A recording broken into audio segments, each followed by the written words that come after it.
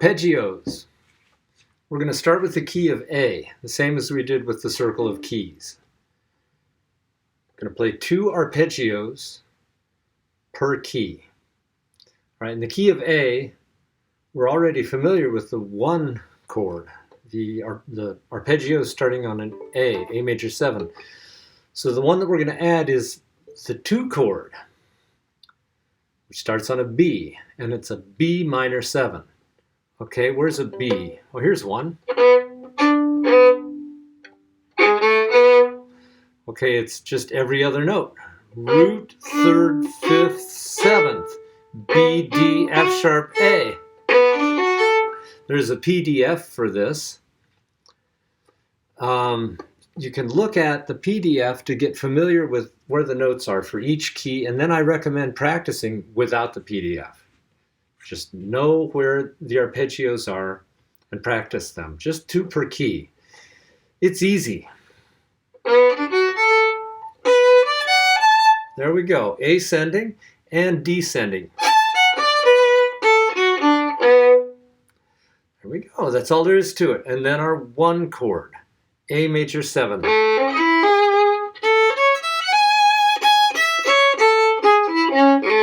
Now, here's the cool thing. The cool half-step pickup to each arpeggio, ascending and descending. And you often hear that there aren't any shortcuts for learning things, for learning anything. There aren't any shortcuts for learning improvisation. Well, I think there are. I think this is one of them. I think that the half-step pickup, the half-step lead-in to your arpeggio is sort of a built-in shortcut for later on. It's going to do a couple of really cool things. Not only sound cool, which it does. So take the 2 chord. Here's my B minor 7 arpeggio, and it's in the PDF here. I'm going to put a half step underneath the starting note, ascending. I'm going to put an A sharp here. And descending, I'm going to put a... Oh, wait a minute.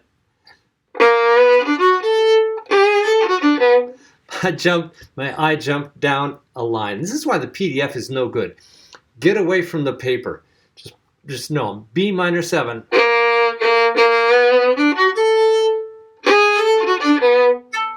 So know both of those and the upper octave. And by the way, the A sharp is an outside note in the key of A, but it's a cool one. This is where the shortcut comes in. Okay, so that's the 2 chord, right? With the cool half-step lead-in. Now the 1 chord. That G sharp is in the keys. And descending, G natural is not in the key. It's an outside note in the key of A, but it's a cool one. Gives you a little zest in your for your major 7. Okay, and then did we do the upper octave? And then for each key I wrote out a little 2 chord then 1 chord.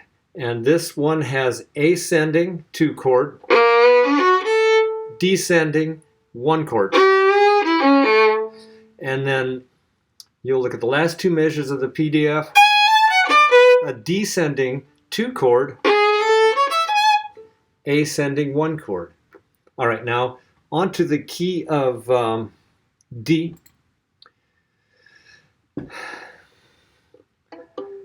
I left a measure blank at the beginning of some of these for playing along with the notation software that I wrote them in, which is MuseScore. And but I decided against uploading those files. We'll just go with PDFs. Anyhow, if you're wondering why there's a blank bar at the beginning, our 2 chord in the key of D is E minor 7, E, G, B, D. And I put all of these in first position, so intentionally, so that we would have partial arpeggios, which are very useful.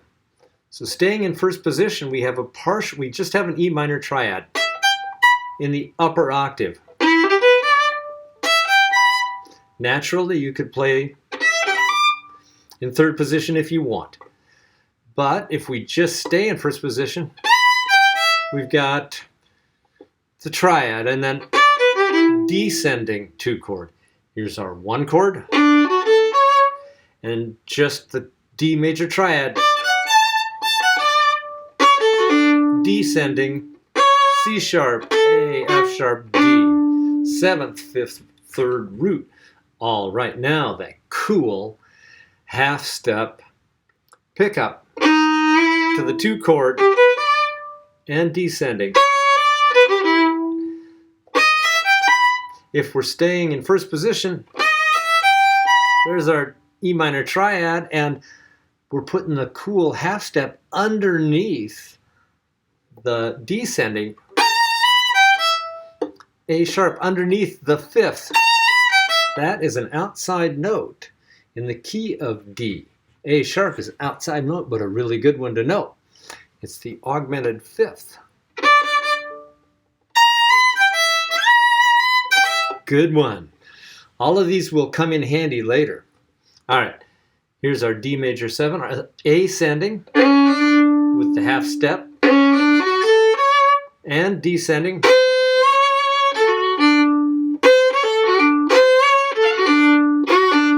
And just a triad if we stay in first position, and